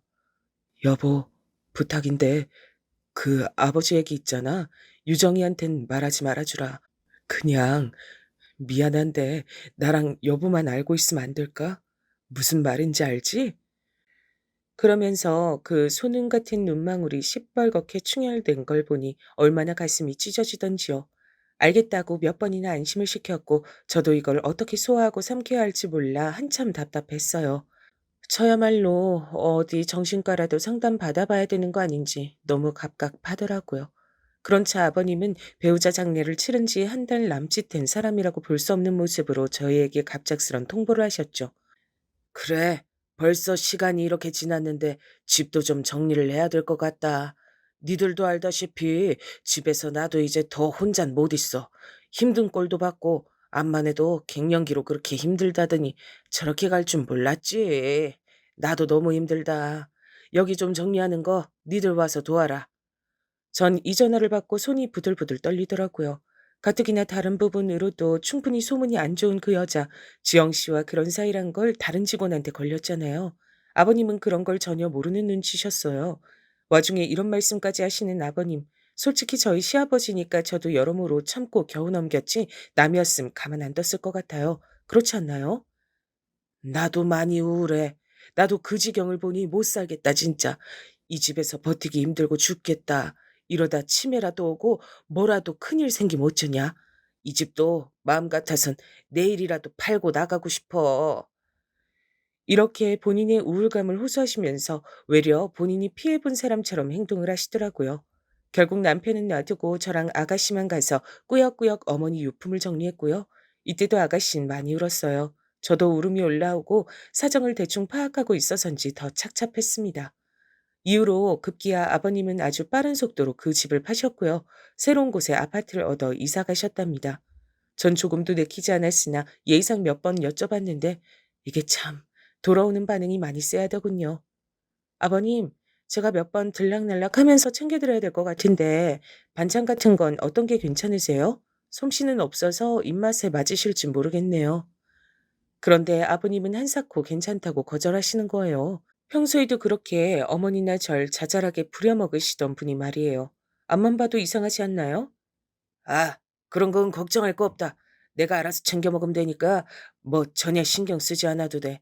이제 그 집도 나왔고 이사했고 내 몫은 내가 알아서 해야지 뭐. 네, 정말 괜찮으세요? 전 도통 아버님의 상태를 짐작할 수가 없더라고요. 새 아파트로 이사하셨으면서도 초반에 딱 한 번만 부르시고 그 뒤로는 별로 절 안 찾으시는 거예요. 이때 뭐랄까, 제3자인 제 입장에서 유추되는 부분이 하나 있었죠. 조심스러운 생각이었는데 남편도 같은 예감이 들었는지 저한테 먼저 묻더라고요. 여보, 아무래도 아버지 집에 좀 가봐야 될 것 같아. 나 마음이 좀 편치 않아서. 맨날 그렇게 불러대고 엄마 못 살게 이것저것 시키던 양반이 새집 가서 왜 아무 소식이 없는 건지. 이건 남편이 진짜 자기 아버지를 뭐 걱정했다기보단 다른 낌새가 없는 건가 약간 의심하는 어투였어요. 그래서 저랑 남편이 반찬거리를 준비해서 방문했고 아니나 다를까 역시 예감은 적중했죠. 문을 열어주었던 아버님이 아니라 지영 씨였어요. 아주 편한 차림으로 슬리퍼까지 끌어가면서 열어주더군요. 더 황당했던 건 저를 보고 별로 놀라지도 않았죠. 저기 지영 씨, 왜 우리 아버님 댁에 있어요? 게다가 그 차림은 또 뭐고 이 집에서 사는 거예요? 그러자 지영 씨는 초반엔 약간 당황한 듯 했지만 갈수록 아주 세고 당당하게 말하더라고요. 아, 네. 사장님이 여기 뭐 좀 챙겨주러 와달라고 하셨어요. 옷이야 뭐 저 집에서 입던 대로 온 건데요. 여기 놔두실 거 있으면 두고 가세요. 전 사장님한테 집 치웠다고 검사 받고 갈 거예요. 검사요? 뭘요? 지영 씨가 아버님 댁 뭐 청소라도 해주고 오가기로 한 거예요? 그거야, 네. 그렇게 됐어요. 볼일 보셨으면 가셔도 될 것 같은데. 저도 좀 이따 나가봐야 되거든요. 애 데리러 가야 돼요. 그러면서 제 말은 대충 끊어버리고 뭔가 설명하기 곤란해 보이더라고요. 결국 그 자리에서 남편은 참지 못하고 아버님께 전화를 걸어 대판 싸우게 됐습니다. 지영 씨는 그 앞에서 아주 모욕적이어서 못 견디겠다는 얼굴로 우리를 노려봤고 남편은 있는 대로 아버님께 쏟아부었어요. 아버지 지금 나랑 말장난해요? 여기 여직원을 불러다 놓고 아주 심어놓고 살고 있었네. 엄마 돌아가신 지 1년은 됐어? 아버지 진짜 미친 거 아니야? 이 눈 돌아간 노인네 같으니라고. 어머, 지금 사장님한테 무슨 짓이에요? 그만하세요. 왜 이러냐고요, 진짜. 아무리 아드님이라도 그렇지. 너무하신 거 아니에요? 상황이 이렇게 된 거 저도 곱게 말이 나가지 않아서 뭐라 했는데 생각해보면 후회돼요. 저 때 그렇게 대처하면 안 됐는데 말이에요. 저기 지영 씨, 우리 이래저래 안면 있는 사이니까 말하는 거지만 아무리 아버님이 오라고 하셨다고 한들 이렇게 편하게 들락거리고 하면 안 돼요. 알잖아요. 우리 어머니 장례 치른 거 이제 한 달 됐어요. 솔직히 말해서 두 분 사이 소문도 있고 지금 별로 좋은 얘기 안 도는 거 알잖아요. 본인이 알아서 이런 건 끊었어야죠. 그러자 지영 씨는 꼬리라도 밟힌 고양이 마냥 확 날을 세우고 저에게 달려들지 뭐해요. 뭐예요? 지금 그 말투? 나를 뭐 이상한 여자로 몰아가는 말투네. 나야 사장님이 돈 준다고 하니까 급여대로 맞춰서 여기서 할 일을 하는 것뿐이에요. 내가 무슨 헛바람 든 여잔 줄 알아요?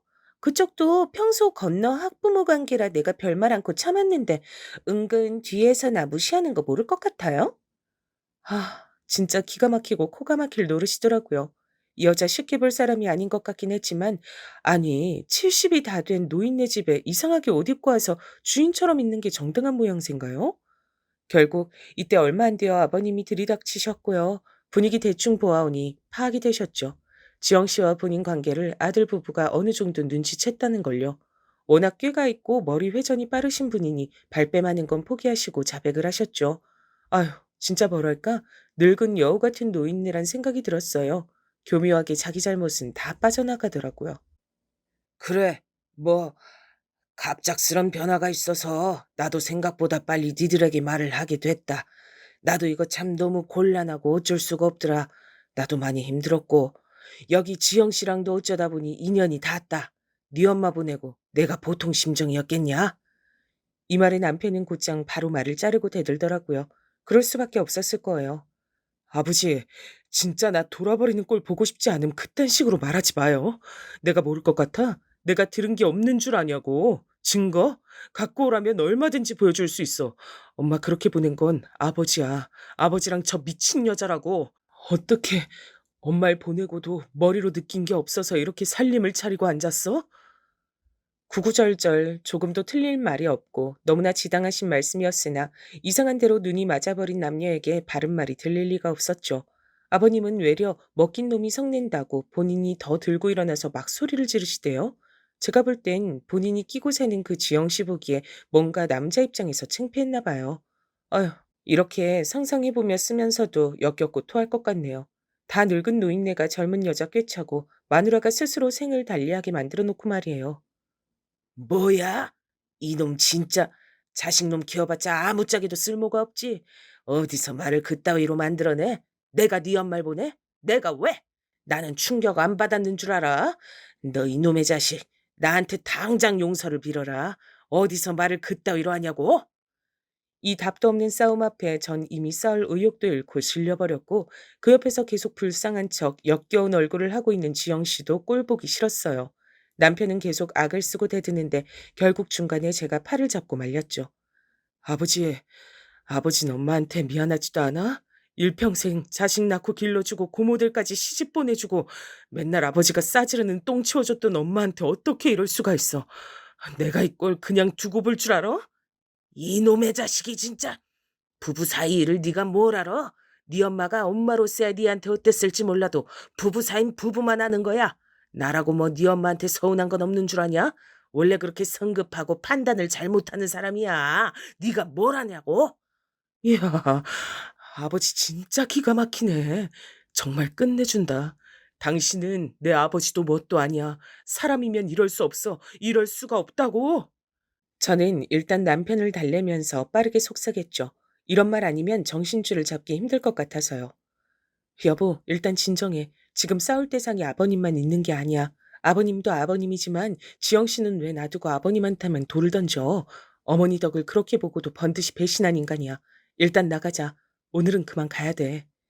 남편은 이때 씩씩거리면서 가져간 반찬을 눈앞에서 던지지 못한 걸 후회하며 나왔죠. 아, 분해서 못 살겠어. 어떡해. 난 평생 아버지 볼 자신이 없어. 어떡하지? 근데 안 보는 걸로만 되려나?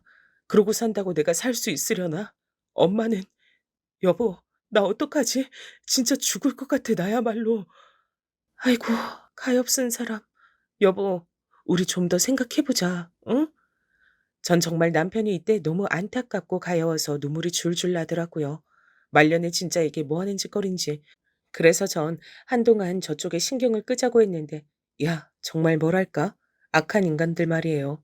악하기만 한 게 아니라 미련해서 지들 무덤을 스스로 파는 구석이 있더라고요. 차라리 어찌 보면 이쪽은 그나마 착하다고 봐야 될까요? 벌 받는 거 피해가지 않고 지들이 자초해서 몫을 감당하니까요. 이게 뭔 얘기냐면 보통 그 난리가 있었으면 한동안 거리를 둬야 하잖아요. 근데 그 지영 씨, 그 여잔 무식한 건지 뭔지 그 꼴을 당해놓고는 못 참겠었나 봐요.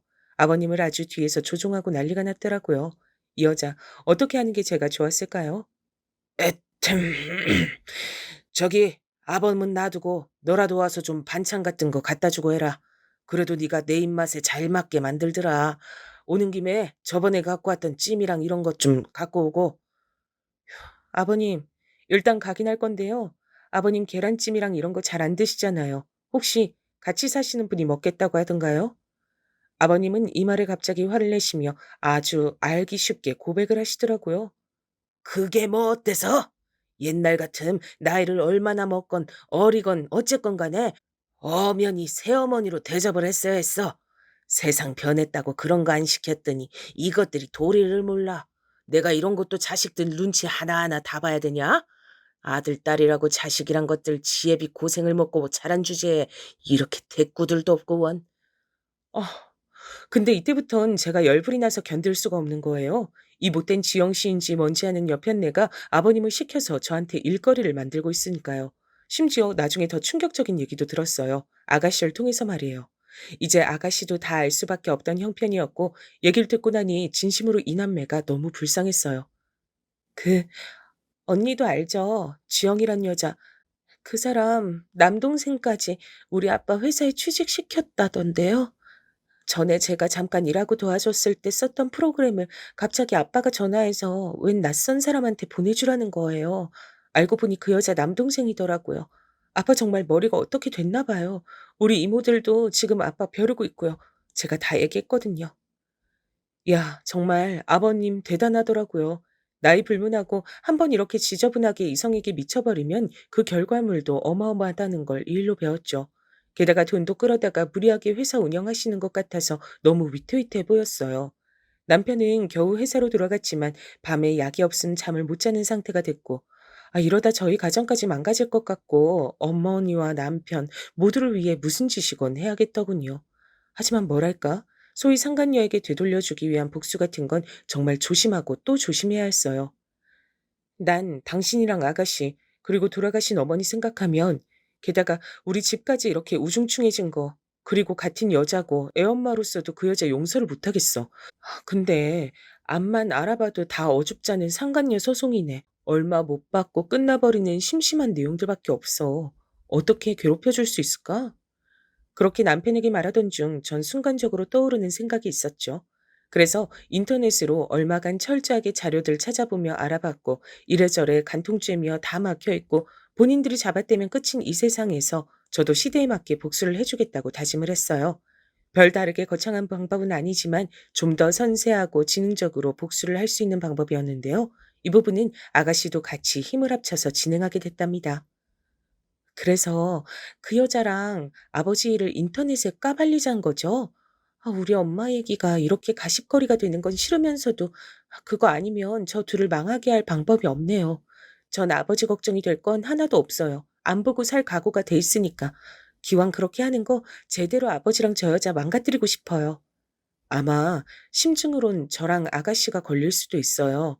그 집 애 초등학교나 이런 거 신상 제가 대충 아는 건 그 여자도 알 거니까요. 아마 절 가장 의심할 텐데 증거는 못 잡을 거예요. 그리하여 저는 곧장 행동에 옮겼어요. 바로 인터넷에서 엄마들이 잘 알 만한 커뮤니티에 글을 올렸죠. 그것도 일정한 신상을 특정해서 아는 사람들끼리는 누가 봐도 그 상간녀, 지영씨를 알아볼 수밖에 없도록 말을 요래조래 해가면서 신상은 적당히 노출해가면서 적었습니다. 당연히 그런 분위기 안에 좋은 반응이 있을 리가 있나요? 좁은 커뮤니티 안에선 금방 저 상간녀가 누군지 알아보는 느낌이었고요. 내친 김에 전 아버님이 지영 씨랑 이사가서 살고 있는 고급 아파트 커뮤니티에도 글을 썼어요. 다행히 거기 글쓰기가 까다롭지 않은 분위기라 금방 소문을 퍼뜨릴 수 있었답니다. 그 아파트에 살면서 자기 딴에 나름 신분 상승했다며 살고 있었을 지영 씨는 슬슬 이런 분위기를 깨닫게 된 것 같아요. 저한테 전화 와서 따지는데 전 증거 있냐고 되물었답니다. 증거 있어요? 그쪽이야말로 뭔 자격으로 나한테 이런 걸 캐묻나 모르겠네. 나도 죄 없이 의심받은 걸로 똑같이 따지고 고소해도 되나? 그리고 막말로 난 안 했지만 만약 했대도 뭐가 어때요? 자식 입장에선 기가 막히지. 지영 씨는 나중에 민우 키워서 이런 일하고 다니면 참도 좋게 보고 있겠네. 안 그래요? 뭐요? 와, 이거 진짜 안 되겠네. 진짜 사장님한테 말해서 며느리 버릇 좀 잡으라고 말할 거야. 나한테 했던 말들 나 하나도 안 까먹고 그대로 사과받을 거니까 각오해요. 어머, 너무너무 무서워서 눈물이 날 것 같다. 꼭 그렇게 해줘요. 기대하고 있을게. 잔뜩 비틀어서 비꼬아준 다음 전 냅다 전화를 끊어버렸습니다. 그리고 뭔가 생각할수록 어이없고 웃겨서 다시 전화해서 윽박질렀답니다. 기왕 의심받은 거 내 생각 좀 말해볼 테니까 잠자코 듣기나 해요. 남의 집 멀쩡한 부부 다 찢어놓고 그 집 자식들까지 우울증 걸리게 만들어 놓고 본인은 잘 살려고 했던 거 맞죠?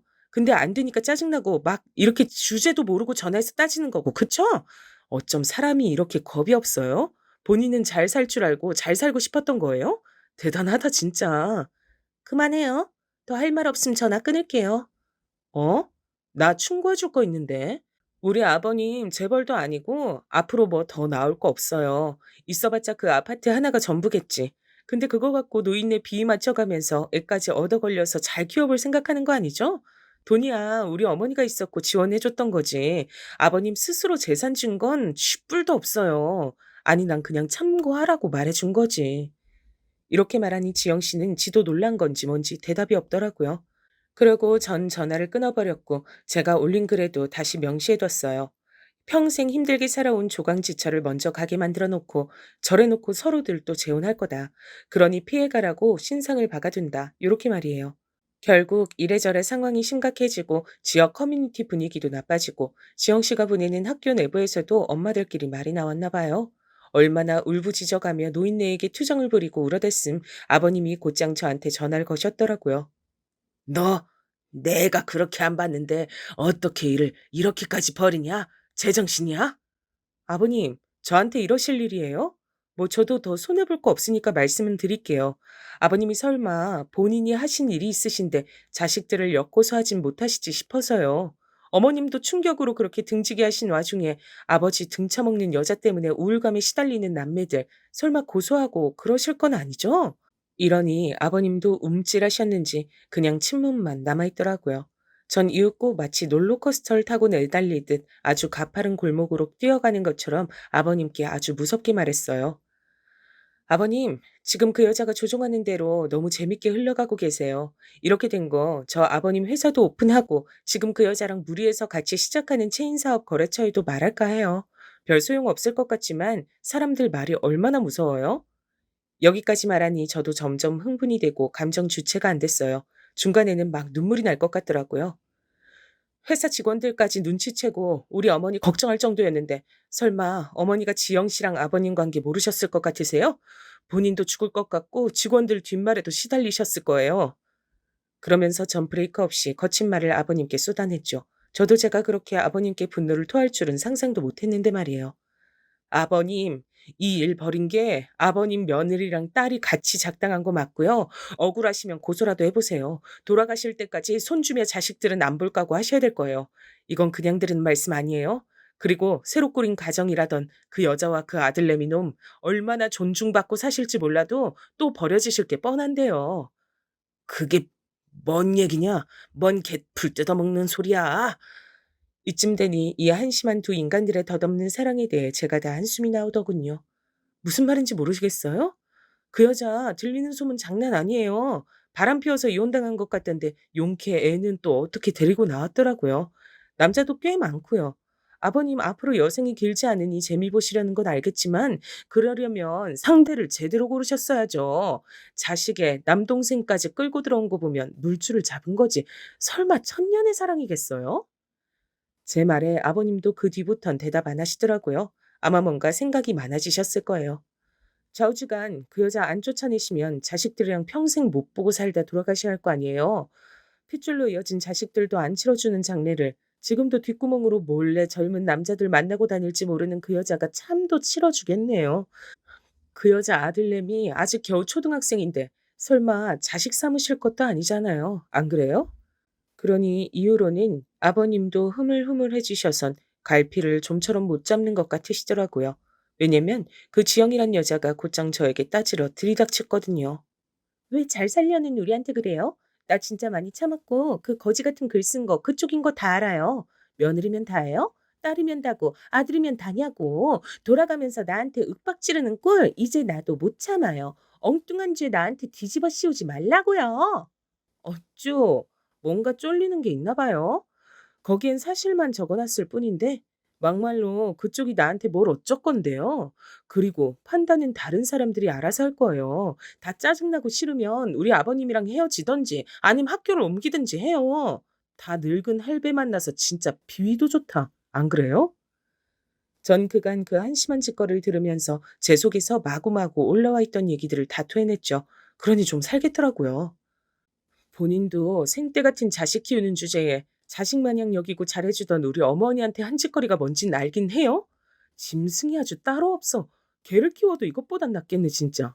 지금 본인 젊은 나이 하나 갖고 빨리 할배 꿰차서 한몫 챙기고 싶나 본데 김새는 얘기 하나 해줄까요? 우리 아버님 사실 돈 얼마 없어요. 본인 아들 키워서 빚 물려주기 싫으면 판단 잘해야 될 텐데. 그랬더니 이 멍청한 여잔 상황 판단 제대로 해보지도 않고 곧장 눈동자가 흔들리지 뭐예요. 저 머리로 어떻게 아버님 회사에서 격리랍시고 몇 년을 붙어 있었던 건지 앞만 봐도 사랑의 시선 아님 정말 불가능했을 것 같아요. 일반 회사였음 진즉 잘렸을 텐데 말이에요. 아무튼 결론은 아버님이고 뭐고 저한테 각각 쫓아와서 글 좀 지우라 어떻게 좀 해달라고 사정들을 하더라고요. 희한한 건 지들끼리도 약간 시들해진 게 느껴지기도 했고요. 안 돼요. 이러나 저러나 저흰 이제 아버님과 연 끊을 거고요. 이렇게 된 거 끝까지 가보려고요. 아버님 아들이랑 딸 이제야 얼굴이 좀 폈어요. 이건 어느 한쪽이 구겨져야 다른 한쪽 펴지는 상황이라고요. 아무 죄 없는 아들, 딸 죽을 때까지 울상으로 살게 하느니 죄 지으신 아버님이 책임지세요. 아버님은 전혀 제 말에 동요가 없는 척 하시려고 애를 쓰셨으나 어지간히 불안해 보이시긴 했어요. 건강도 더 안 좋아지는 판국에 사람이란 건 결국 자기 생명줄을 붙들기 마련이죠. 나중에 지영이란 여잔 온갖 곳의 시선을 견디기도 힘들고 학교도 마찬가지고 학원 가며 살고 있는 아파트에서도 눈총을 받으니 못 살겠나 봐요. 저한테 문자 한 통 띵 남겼길래 제가 아주 호통을 쳤어요. 뭐? 이제 와서 울면서 집을 나가겠다느니 별 개소리를 다 하고 있네요. 어딜 그러고 튀어요. 이 집안에 입힌 정신적 피해 보상이랑 다 해놓고 나가요. 그냥은 안 놔줄 거니까. 하지만 이 말에 곧장 지레 겁을 먹고 잠적해버렸더라고요. 아들도 급히 전학시킨다고 빼가고 아버님한테 말도 없이 짐들을 옮겨서 나가버렸나 봐요. 여기까지 상황이 오니 일순간 이런 생각도 들더군요. 이게 어머니에게도 과연 복수가 되었을런지. 암튼 뭐든 간에 계속 붙어있는 꼴보단 나을 테니까요. 이 사실은 아버님이 전화로 토로하시길래 알게 된 상황이었고 그 와중에 참 염치 없는 말씀을 하시더라고요. 어쩜 부모란 사람이 이럴까. 아무리 자식이 부모를 선택할 수 없다지만 너무 잔인하다는 생각이 들었어요. 저기 그 사람 나가버렸다. 나는 어떡하냐 이제. 잠깐은 일 좀 내려놓고 쉬어야 할 것 같다. 너들이 와서 좀 나 좀 봐주라. 이야, 어떻게 자식들한테 자기를 돌봐달란 말을 저렇게 할 수 있을까요? 하지만 남편은 아주 완강했어요. 나는 고려장이라도 할 수 있으면 하고 싶은 기분이야. 아버지는 그냥 연 끊는 정도만이라도 감사한 줄 알고 사시라 그래. 난 아버지 번호도 다 차단했어. 당신도 그렇게 해줘. 결국 아버님은 나중에 마음이 다급해져 저희 집도 찾아오시고 아가씨네도 가시고 했던 모양이지만 끝은 매우 좋지 않았죠. 결국 양쪽으로 다 버림받으시고 저 역시 차단해서 연락을 안 받으니 그 뒤는 알 길이 없네요. 이후로 남편의 우울증은 시원하게 극복된 건 아니지만 연을 끊고 아버님이나 그 상간 여자나 다 엉망이 된 꼴을 봤으니 차차 좋아지고 있는 것 같긴 해요. 저도 살다 살다 이런 꼴을 보게 될 줄은 몰랐어요. 정말 순식간에 한 3, 4년 정도 시간 안에서 후다닥 일어난 일이네요. 이제는 저희 가정에도 무엇보다 자녀인 우린 남편과 아가씨에게 조금이나마 숨이 트이길 바라며 그리고 너무나 애처롭고 안 된 어머니의 삶을 애도하는 마음으로 아버님과 지영이란 여자는 그 값을 제대로 받길 바라며 글을 마치려고 합니다. 들어주신 분들 모두 감사합니다.